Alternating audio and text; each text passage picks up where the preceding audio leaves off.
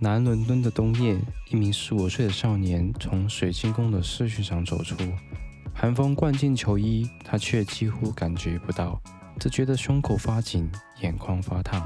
那一天，他带着满腔的不甘与失望离开了水晶宫的训练场。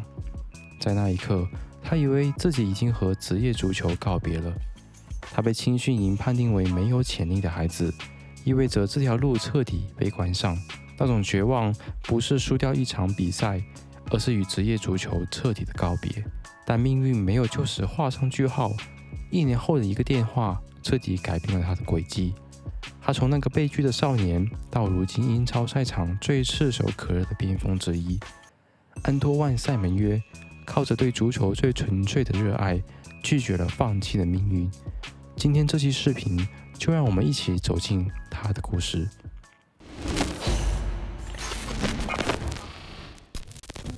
2000年的伦敦，在切尔西区的一户普通家庭里，安托万·塞门约出生了。他的父母来自加纳，父亲曾在加纳职业联赛里踢球，也希望有一天自己的儿子也能追随自己的脚步，走上那条并不平坦的足球之路。塞门约还有一个哥哥，两兄弟从小形影不离。他们最喜欢做的事就是在房子父亲那片草地上踢足球。每当夜幕降临的时候，别的孩子早已回家吃饭，塞门约还在草地上奔跑。父亲下班回到家，不会打断他，只是静静地站在一旁，有时也会轻轻地提醒：再试一次，换个角度运球。那一幕幕普通的夜晚，成了他生命里最早的记忆。也正是那段日子，让足球这项运动深深地扎进了他的心里。从那时起，成为一名职业球员不再只是梦想，而是他唯一的方向。塞门约并没有像其他孩子那样早早进入伦敦的某家俱乐部的青训营，他的足球训练大多是在学校里完成的。他所参加比赛也只是伦敦当地的儿童业余联赛，所以在15岁之前，他都没有接受过系统的足球训练，也不属于任何俱乐部的青训球员。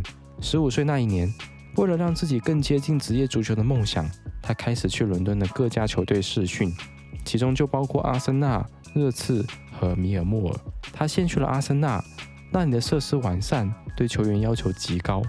虽然青训教练认为他具备一定的潜力，但同时指出他的基本功不够扎实，技术细节也不够稳定。于是阿森纳拒绝让他加入青训体系。塞门约没有放弃，不久之后他又报名参加热刺的试训。后来他回忆说：“我去热刺的时候太紧张，动作都变得很僵硬。”热刺的教练称赞了他的速度，但同样以技术基础不足的理由拒绝让他留下。接下来他又到了米尔沃尔，这家俱乐部以身体对抗和硬朗作风闻名。可那时的塞门约身体还没有完全长开，对着那些体格更强的孩子，他显得有些吃力。最终米尔沃尔也没有为他打开那扇门。那段时间，他几乎把伦敦能去的俱乐部都试了个遍。于是他对自己说：“我再去最后一家，如果这次还不行，就证明我真的不适合踢职业足球。”而水晶宫是他最后一家试训的俱乐部。在水晶宫，教练组一度让他看到了希望，让他留下来训练整整8个月，比之前任何一次试训都要更久。他心想，如果没有机会，他们不会让我待这么久吧。于是他拼命的训练，哪怕受伤也不肯请假，只为换了一次肯定。可在水晶宫的第240天结束的那个晚上，教练组给出了一个冷酷的结论：塞门约缺乏成为职业球员的潜力。那一刻，他仿佛听见梦想破碎的声音。他从训练场上走出来，太阳已经下山。他上了父亲的车，他再也忍不住，眼泪夺眶而出，哭着问着父亲：为什么这种事总是发生在我身上？被水晶宫拒绝后，他整整1年没有再碰过足球。他对足球感到失望，也几乎彻底放弃。可命运没有就此关上门。他16岁那一年，一个电话响起，那通电话改变了他的足球人生。打来的人是前利兹联主教练戴夫·霍卡迪，他正在筹建一支由年轻球员组成的足球学院，名字叫斯特劳德足球学院。霍卡迪听过塞门约的名字，也看过他的一些试训录像。在电话那头，他语气平静，却带着真诚地对他说：“我知道你被不少俱乐部拒绝过，但我想看看你还愿不愿意再试一次。”这句话像一束光重新照进了塞门约的心里，沉寂许久的热情重新被点燃。他没有犹豫，立刻答应了下来。很快，他收拾好行李，独自踏上了前往斯特劳德足球学院的旅程。他很快通过了足球学院的试训，住进了学院的宿舍，生活简单而规律。白天他上课，晚上训练。他在课堂上学习文化课程和运动理论，夜晚又回到球场，反复的练习基本功、射门和控球。那是一段艰苦却又珍贵的时光，也是他重新找回信心的开始。1年之后，努力终于得到了回报。英格兰冠军联赛的布里斯托尔城球探注意到这个勤奋的少年，他们在一场学院比赛中看到了他的潜力。于是，在2018年1月，刚满18岁的塞梅约迎来人生的转折点。布里斯托尔城向他递上了人生中第一份职业合同。那一天，他说自己一辈子都不会忘记。他笑着回忆说：“那是我最自豪的一天。从那一刻起，我终于真正踏上了属于我的足球之路。”虽然加盟是英冠球队，但布里斯托尔城并没有马上让塞梅约在英冠登场。俱乐部希望他能先适应成年联赛的节奏，于是决定将他租借出去。他的第一站是英格兰第6级别联赛的巴斯城，在那里比赛意味着没有成千上万的观众，也没有华丽的球场，但是比赛节奏和身体对抗的强度丝毫不逊色于更高级别的联赛。在这样的环境下，他学会了如何在激烈的冲撞中保持平衡，也学会了怎样用身体去护球，去对抗比他力量更强的人。短短半个赛季，他出场16次，打进了6个进球。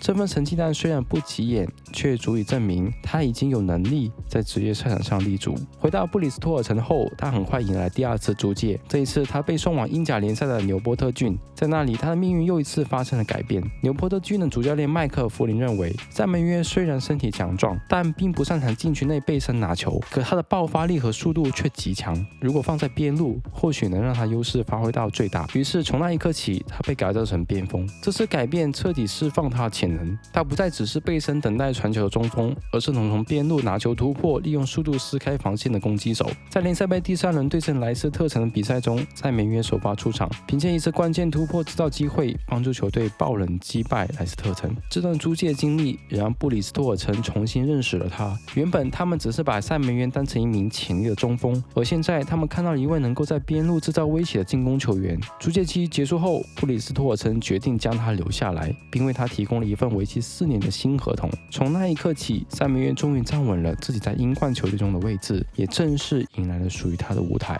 在英冠前2个赛季，他大多数时候只能作为替补出场，但他耐心等待属于自己的机会，他没有抱怨，只是默默的努力。终于在21到22赛季，他迎来属于自己的爆发期。仅仅1个月的时间里，他就贡献了3颗进球和3次助攻。凭借这份亮眼的表现，成功当选英冠联赛当月的最佳球员。教练开始逐渐的信任他，也给了他更多的出场时间。他角色也从单纯的边锋变成了能够自由活动的前场多面手。他能在边路加速突破，也能在中路策动进攻。随着出场次数的增加，他的自信也在一点一点的积累。在英冠赛场上，他的表现越发成熟稳定。那个赛季，他为布里斯托尔城出场了32次，打进8球，送出12次助攻。他出色的表现很快引起了英超多家俱乐部的注意，伯恩茅斯和水晶宫都对他表达了强烈的兴趣。最终，他选择加盟伯恩茅斯。在22到23赛季冬季转会窗口，他正式踏上了英超的舞台。当他在英超联赛打进自己的初指球的时候，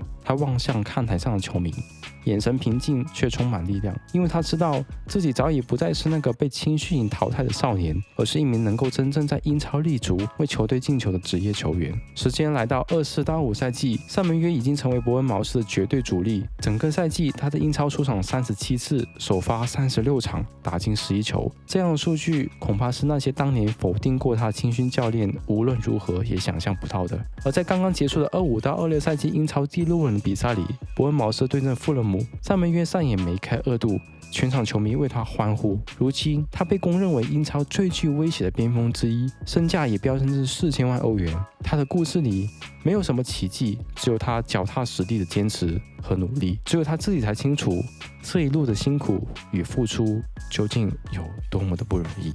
以上就是安托万·塞梅约的故事。如果视频让你更加了解他，请点赞分享。这里是节目，我们下个视频再见，拜拜。